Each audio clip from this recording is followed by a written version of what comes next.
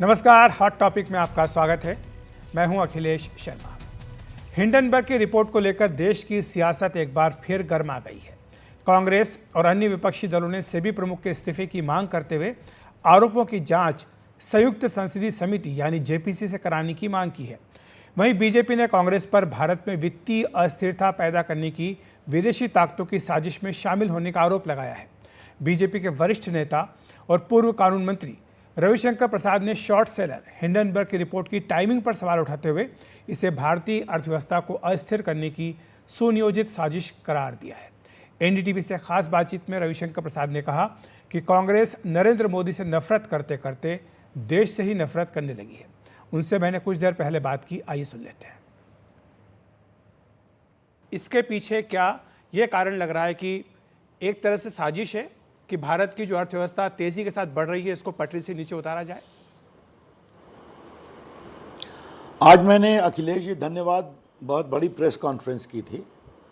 मनमोहन सिंह 11वीं या 12वीं अर्थव्यवस्था छोड़ के गए थे जब भारत फ्रेजाइल 5 में था, पॉलिसी पैरालिसिस थी। आप अनुभवी पत्रकार टीवी के हैं, आपने खुद देखा है। आज वहाँ से मोदी जी की अगुवाई में देश 5वीं अर्थव्यवस्था पहुँच गया और तीसरी पहुंचने के रास्ते में है। भारत में दुनिया का सबसे अधिक एफडीआई आया है, foreign direct investment, foreign institutional investment. आज आपने एक पहले आरोप लगाया था हिंडनबर्ग में, सुप्रीम कोर्ट में इंक्वायरी हुई, उनके आदेश के अंतर्गत 23 इंक्वायरी कंप्लीट हुई है, 24वीं चल रही है। उसके बाद सेबी ने उनको नोटिस किया हिंडनबर्ग को कि आप जवाब दीजिए जुलाई में, और उन्हें वेबसाइट पर नोटिस को लगाया है जिसमें किस कारण से आपसे जवाब मांगा जा रहा है ये भी कहा हुआ है। तो वहाँ जवाब देने की बजाय आप दोबारा एक परत खोलते हैं। ये हिंडनबर्ग कौन है, इसमें किसका मेजर इन्वेस्टमेंट है? जॉर्ज सोरोस का है। ये कौन महाशय हैं? अच्छा पैसा कमाया है, भारत के खिलाफ जहर उगलते हैं कि भारत का लोकतंत्र असफल है, मोदी जी की सरकार असफल है, भारत में धार्मिक विभेद है। पूरे कांग्रेस पार्टी के बड़े बड़े दिग्गज वकील हैं, राज्यसभाधारी हैं, वो लोग सुप्रीम कोर्ट के सामने पेश हुए क्या कि हम भी पेश होना चाहते हैं? याद करिए अखिलेश जी, आपको जरूर ध्यान होगा, पूर्व में राहुल गांधी ने कहा था कि पेगासस फ़ोन मेरा भी हैक कर रहा है, बाकी का हैक कर रहा है, उसकी इंक्वायरी हुई। कभी आप गए क्या? आपने अपना फ़ोन दिया क्या इंक्वायरी के लिए? अपना फ़ोन भी नहीं दिया। तो इस तरह से कोई चिट दे दे, कभी राफेल की चिट दे दे, कभी हिंडनबर्ग की चिट दे दे, फिर दोबारा चिट दे दे और आप हल्ला करते चलिए। तो आज मैंने कहा था और अभी फिर दोहराऊंगा आपके चैनल पर कि नरेंद्र मोदी से नफरत करते करते कांग्रेस पार्टी, उनके सहयोगी और टूल किट गैंग भारत से नफरत करने लगा है। भारत की अर्थव्यवस्था अस्थिर हो, अराजकता हो। मैं धन्यवाद दूंगा, आपने कहा कि छोटे इन्वेस्टर्स जो करोड़ों की संख्या में हैं वो न हिले न डिगे, जो पिछली बार डिग गए थे, क्योंकि उनको समझ में आ गया कि ये क्या खेल हो रहा है। हाँ, इसलिए बात कही गई है और देश में कांग्रेस पार्टी के मंसूबों को एक्सपोज करना बहुत ज़रूरी है। कांग्रेस पार्टी कल से हमलावर है जब से रिपोर्ट आई है, और वो कह रहे हैं कि इस पर जेपीसी की मांग होनी चाहिए। वो ये कह रहे हैं कि जो ये हिंडनबर्ग 2.0 आया है इसके बाद से उनकी जेपीसी की जो मांग थी वो ज़्यादा पुख्ता हुई है। लेकिन सवाल ये रवि जी, जब देश का सुप्रीम कोर्ट, जैसा आपने कहा कि इस मामले में अपना फैसला दे चुका है, सेबी जो कि एक बड़ी रेगुलेटरी बॉडी है वो इसमें जांच अपनी पूरी कर चुकी है, उल्टे उन्होंने हिंडनबर्ग को शोकॉज नोटिस दिया था जिसका जवाब देने के बजाय हिंडनबर्ग ने उल्टे सेबी के ऊपर आरोप लगाया है। तो ऐसे में कांग्रेस पार्टी के बारे में क्या ये नहीं पूछा जाना चाहिए कि उसे क्या देश की सुप्रीम कोर्ट में, देश की रेगुलेटरी बॉडीज़ में विश्वास नहीं है? अब आपने बड़ा कठिन सवाल उठा दिया अखिलेश जी। फिर कहूँगा आप अनुभवी पत्रकार हैं, क्या कांग्रेस पार्टी को इलेक्शन कमीशन पर विश्वास है? बोलिए, क्या कांग्रेस पार्टी को सुप्रीम कोर्ट पर विश्वास है? क्या क्या क्या कहा उन्होंने? राहुल गांधी के खिलाफ राफेल में कंटेम्प्ट हुआ कि नहीं हुआ? क्या सुप्रीम कोर्ट, क्या कांग्रेस पार्टी को आपकी जमात पर विश्वास है? क्या क्या शब्दों का प्रयोग करते हैं राहुल गांधी मीडिया के खिलाफ? अगर उसका एक कतरा भी हम लोग करें तो आप लोग हम लोग का बॉयकॉट करना शुरू कर दें। तो ना मीडिया पर विश्वास, ना इलेक्शन कमीशन पर विश्वास, न सुप्रीम कोर्ट पर तल्ख टिप्पणी, विदेश जाते हैं तो भारत के लोकतंत्र पर विश्वास नहीं, तो फिर ये उठा रहे हैं अगर सेबी के बारे में, तो कौन सी बड़ी बात है। लेकिन आपके दर्शकों के लिए जानना जरूरी है कि सेबी का एक रोबस्ट लीगल स्ट्रक्चर है जो भारत के शेयर मार्केट को मॉनिटर करती है और पूरे कार्रवाई करती है। उनके निर्णय के खिलाफ एक अपील का प्रावधान है जिसमें रिटायर्ड चीफ जस्टिस होते हैं, सुप्रीम कोर्ट रिटायर्ड जज बैठते हैं और वहाँ पर उनके खिलाफ फिर आपको सुप्रीम कोर्ट जाने का अधिकार है। तो ये तो पूरा एक रोबस्ट मैकेनिज्म है ना जो ये काम करता है। और आपकी पूरी कोशिश क्या है? कोशिश है कि ये जेपीसी उठाओ, बाकी उठाओ और इस तरह से करो कि ये अनिश्चितता, अस्थिरता का माहौल रहे और विदेशी पूंजी निवेशक भारत में पूंजी निवेश करने से कतराएं, हिचकें और छोटे पूंजी निवेशक कहें कि नहीं भैया गड़बड़ है। यह है इसकी सही साजिश जो मैं कहना चाहता हूं। इसलिए मैंने कहा था कांग्रेस पार्टी, और फिर कहूँ हिंडनबर्ग है कौन, और अखिलेश जी फिर कहूंगा आपके पुराने अनुभव का हवाला दूंगा। याद करिए मनमोहन सिंह के समय कितने स्कैम हुए थे, 2G, कोयला स्कैम, कॉमनवेल्थ, ऑगस्टा वेस्टलैंड, वो मुझे एक और बड़ा सा बेंगलोर का हुआ था, तो अंतरिक्ष देवास, इतने लाखों करोड़ के स्कैम पर कभी इस तरह की रिपोर्ट विदेश से आती थी क्या? मुझे बताइए तो आज क्यों आती है, और एक के द्वारा क्यों आती है जो है हिंडनबर्ग, तो क्या कोई साजिश एक के द्वारा, कोई साजिश देख रहे रविशंकर जी? और उसमें भी लिखा हुआ है जी। बिल्कुल, मैं आपको इसलिए ये सारी परिस्थितियों का आकलन करके संदेहास्पद परिस्थितियों को बता रहा हूं आपको। प्लीज समझिए इस बात को। एक हिंडनबर्ग का काम है जो खुद भी लिखता है कि मेरा शॉर्ट साइटेड भी हो सकता है, मैंने मेरी रिसर्च पूरी नहीं है, जो शॉर्ट सेलिंग में अरबों कमाता है, जिसका मेजर इन्वेस्टर जॉर्ज सोरोस है जो एंटी इंडिया है खुलेआम। तो इन सारी संदेहास्पद, संशय से भरी परिस्थितियों को मैं आपके सामने आउटलाइन कर रहा हूं। तो कहते हैं कांग्रेस पार्टी हिंडनबर्ग 2.0 है, तो मैं उसका काउंटर सवाल पूछूंगा कि अभी बताइए हिंडनबर्ग 3.0 आने वाला है क्या, हिंडनबर्ग 4.0 आने वाला है क्या? मतलब कांग्रेस पार्टी हारी, कांग्रेस पार्टी फंसी, तो हिंडनबर्ग को लाओ। लोकसभा के चुनाव के पहले एक ले आए, उसका हंगामा हुआ, फिर हार गए, फिर दूसरी लाओ। ये है कुल खेल कांग्रेस पार्टी का। रवि जी, इसमें क्या आप कोई जियोपॉलिटिकल सिचुएशन को भी देखते हैं कि शायद जो भारत के हित हैं, सामरिक हित हैं, रणनीतिक हित हैं, उनको भी ठेस पहुंचाने का एक तरह से प्रयास है? कुछ ऐसे लोग, ऐसे देश जो कि नहीं चाहते हैं कि भारत तरक्की करे, भारतीय कंपनियां बढ़ें, ज़्यादा दूसरे देशों में निवेश करें? देखिए, यह आशंका हो सकती है। मैं देश का आईटी मंत्री रहा हूं, अपने प्रधानमंत्री के प्रेरणा से, निर्देश से आज देखिए भारत में इलेक्ट्रॉनिक मंत्री भी था, भारत में मोबाइल मैन्युफैक्चरिंग कहाँ से कहाँ पहुँच गया। लगभग 900 मिलियन का मोबाइल फ़ोन बाहर गया है। अब विदेश से नहीं आते हैं, आप भी जानते हैं, एप्पल हो, सैमसंग हो, सब यहाँ आ गए और भारत मोबाइल मैन्युफैक्चरिंग का बड़ा क्षेत्र बन रहा है। आज भारत में चिप्स बनने जा रहे हैं। भारत स्पेस में, स्ट्रैटेजिक इलेक्ट्रॉनिक्स में, डिफेंस में कहाँ से कहाँ पहुँच रहा है। भारत में इंस्टीट्यूशनल इन्वेस्टमेंट और फॉरेन डायरेक्ट इन्वेस्टमेंट बड़ी संख्या में आ रहा है, क्योंकि भारत बड़ा बाजार भी है, भारत में लोग भी अच्छे हैं और अच्छा काम होता है, और भारत की अर्थव्यवस्था बढ़ रही है, और मोदी जी ऐसा शानदार और प्रभावी लीडरशिप है तो लोग परेशान तो होते हैं ना, ऐसी बात तो नहीं है। और उसमें परेशानी में कुछ लोग उसका लाभ लेते हैं, कहीं से पिन लगाओ। फिर मैं आपसे कहूंगा, मनमोहन सिंह के 10 साल में हिंडनबर्ग ऐसी संस्थाएं नहीं थी क्या? हो सकता है ये बाद में आई होंगी, और कोई, और हिंडनबर्ग ही क्यों, जो हिंडनबर्ग 2.0 की बात आप कर रहे हैं। हाँ, तो इसलिए मैंने ये सारी परिस्थितियां जो बताई आपको, ये समझता है कि नरेंद्र मोदी से नफरत करते करते कांग्रेस पार्टी, उनके सहयोगी और टूल किट गैंग भारत से नफरत करने लगा है। रवि जी, मैं उसी उनकी सवाल कोशिश है जी कि भारत में आर्थिक अस्थिरता आई। मैं उसी सवाल जी। पर वापस आऊंगा छोटे निवेशकों के हितों के बारे में, क्योंकि जब ये हिंडनबर्ग 1.0 आया था तो हमने देखा था कि शेयर मार्केट में बड़ी गिरावट हुई थी, और जो छोटे निवेशक अपने जीवन की जमा पूंजी लगाते हैं शेयर बाजार में इस उम्मीद में कि उनका भविष्य सुरक्षित होगा, सुनिश्चित होगा, उनके हितों को बड़ी ठेस पहुंची थी। आपको लगता है कि ये उनके लिए भी एक बहुत बड़ा संदेश है कि किस तरह से उनके हितों को चोट पहुंचाने की कोशिश विदेशों में बैठी ताकतें कर रही है? बिल्कुल बिल्कुल। और कांग्रेस पार्टी को क्यों नहीं समझ में आता है? 50 साल से देश पर राज किए है। मैंने एक और बड़ा सवाल उठाया था और यहाँ उठाऊंगा।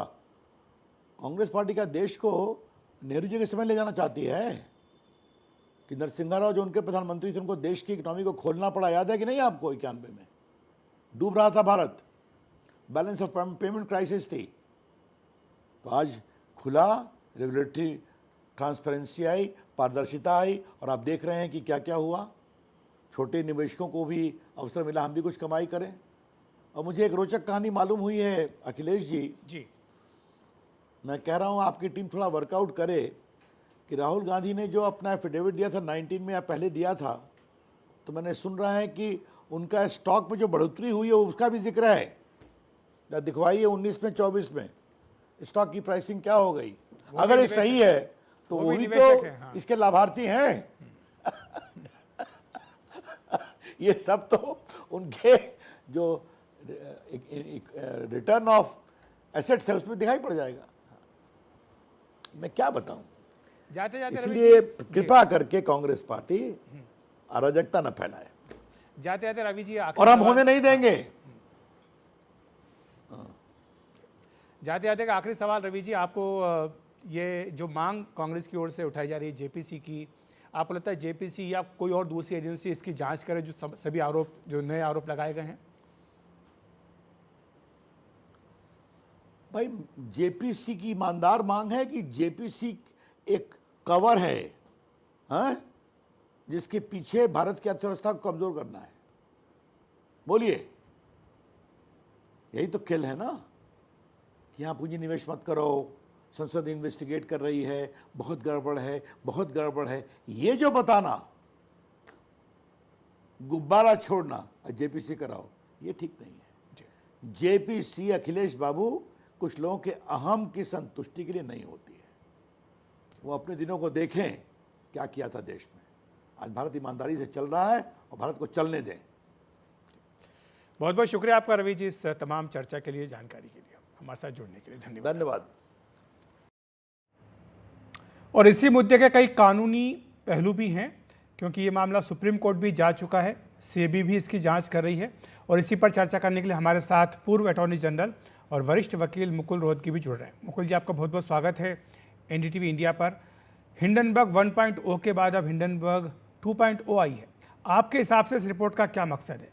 क्या आपको लगता नहीं कि जो छोटे निवेशक हैं, जिनको पहली बार जब रिपोर्ट आई थी तब भी चोट पहुंची थी, और एक बार फिर से इसी तरह से स्टॉक मार्केट गिरने से चोट पहुंच सकती है? देखिए, ऐसी रिपोर्ट पहले भी आई थी, उस रिपोर्ट की तहकीकात हुई, मामला सुप्रीम कोर्ट तक गया, सुप्रीम कोर्ट ने भी सब एंगल देखे, तो उसमें कोई उसका तत्व नहीं था। ये बिल्कुल गैर जिम्मेदार कंपनी है। इस कंपनी का मकसद सिर्फ अपना नफा करना है, इनको और कोई, इनका कोई इंटरेस्ट नहीं है। ये कोई पब्लिक स्पिरिटेड बॉडी नहीं है कि भाई स्टॉक एक्सचेंज की, जो स्टॉक एक्सचेंज की डीलिंग्स हैं उनको ठीक किया जाए, ये मकसद नहीं है। ये एक फॉरेन बॉडी है जिसका मकसद सिर्फ ये है कि पैसा बनाया जाए, इंस्टेबिलिटी क्रिएट करी जाए इंडियन मार्केट में। इंडियन मार्केट इतनी मैच्योर नहीं है, इसलिए ये सब मार्केट को हिला के अपना नफाखोरी का केस है। ये पहले ये देख चुके हैं, इसलिए मेरे हिसाब से इस पे बिल्कुल तवज्जो नहीं देनी चाहिए।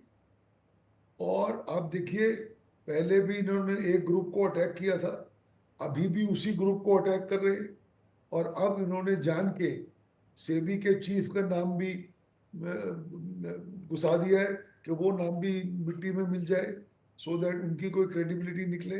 मेरे हिसाब से ये सब बेकार की बातें हैं, और अल्टीमेटली जो छोटा इन्वेस्टर है वो अफेक्ट होता है, क्योंकि ये पब्लिक कंपनीज हैं, छोटी छोटी इन्वेस्टमेंट है, मार्केट के इस तरह के उतराव चढ़ाव से उसको नुकसान होता है। और इसलिए इनको बिल्कुल तवज्जो नहीं देनी चाहिए। जो ऑपोजिशन पार्टीज है वो इसका मुद्दा उछाल रही हैं क्योंकि उनको सूट करता है, क्योंकि हम सभी को अटैक करेंगे, इसका मतलब हम सरकार को अटैक करेंगे, इसलिए ये चीज़ें डिमांड करी जा रही हैं, जेपीसी का प्रोब हो वगैरह वगैरह। मेरे ख्याल से ये बिल्कुल गलत है। लेकिन हिंडनबर्ग मुकुल जी ये दावा कर रहा है कि इसमें उसने नए तथ्य दिए हैं, जैसा आपने खुद कहा कि सेबी के जो प्रमुख हैं उनके खिलाफ कुछ आरोप लगाए गए हैं।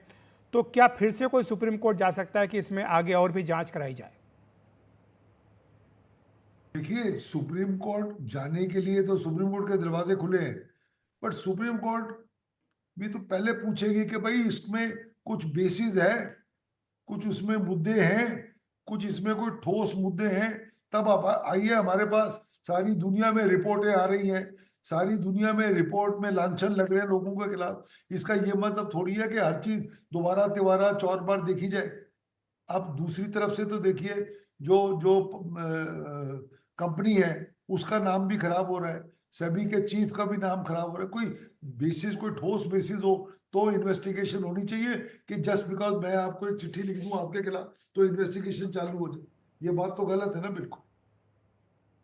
लेकिन मुकुल जी, खुद सुप्रीम कोर्ट ने सेबी को कहा था कि इसकी जांच होनी चाहिए। तो आपके हिसाब से सेबी जैसी जो रेगुलेटरी बॉडी है, क्या उसको शक के दायरे से दूर नहीं रहना चाहिए? देखिए, जहां तक सेबी चीफ का सवाल है, मैं ये नहीं कह सकता उनकी तरफ से, या उनकी तरफदारी मैं नहीं करना चाहता। वो कोई अगर है इशू तो वो जवाब देगी। जो मैंने अखबार में देखा है, उन्होंने और उनके पति ने जवाब दिए हैं, तो वो क्या है क्या नहीं है वो देखा जा सकता है। लेकिन ट्रैक रिकॉर्ड देखते हुए ये बात साफ है कि हिंडनबर्ग बिल्कुल गैर जिम्मेदार बॉडी है। और मुकुल जी, एक बार फिर से विपक्ष जो है हमलावर है सरकार के ऊपर। वो कह रहा है कि जेपीसी की जो है वो जांच होनी चाहिए क्योंकि दाल में काला है। देखिए, मुझे तो कुछ नजर नहीं आ रहा कि दाल में काला है। और जेपीसी देखिए बहुत पावरफुल और बहुत ऊंची संसद की बॉडी है, तो जेपीसी करने के लिए बहुत ठोस मटेरियल होना चाहिए। हर नॉर्मल बात पे जेपीसी नहीं करी जाती। तो जस्ट बिकॉज हिंडनबर्ग ने एलिगेशन लगा दी और उसके खिलाफ ये हो रहा है, मुझे नहीं लगता कि आज की तारीख में आज के मटेरियल के बेसिस पे कोई जेपीसी की मांग प्रॉपर नहीं है। बहुत बहुत शुक्रिया आपका मुकुल जी, हमारे साथ जुड़ने के लिए, विस्तार से इस मुद्दे को समझाने के लिए। धन्यवाद आपका बहुत बहुत। और वक्त एक ब्रेक का, ब्रेक के बाद तुरंत हाजिर होते हैं।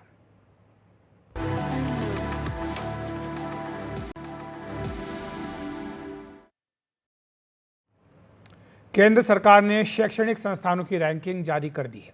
केंद्रीय शिक्षा मंत्री धर्मेंद्र प्रधान की मौजूदगी में जारी रैंकिंग के हिसाब से ओवरऑल कैटेगरी में देश के टॉप संस्थान कुछ इस तरह से हैं। आईआईटी मद्रास नंबर 1 पर है, IIS Bengaluru, IIT Bombay, IIT Delhi, IIT Kanpur, IIT Kharagpur, AIIMS Delhi, IIT Roorkee, IIT Guwahati और साथ ही 10वें नंबर पे है जेएनयू दिल्ली। अगर 10 बड़े विश्वविद्यालयों की बात करें, टॉप 10 विश्वविद्यालयों की बात करें, तो आईआईएस बेंगलुरु नंबर 1 पर है, जेएनयू नंबर 2 पर, जामिया नंबर 3 पर, मणिपाल, बीएचयू, दिल्ली विश्वविद्यालय, अमृता विश्व विद्यापीठम कोयम्बतूर, एएमयू अलीगढ़, जादवपुर यूनिवर्सिटी 9वें नंबर पर और वीआईटी वेल्लूर 10वें नंबर पर है।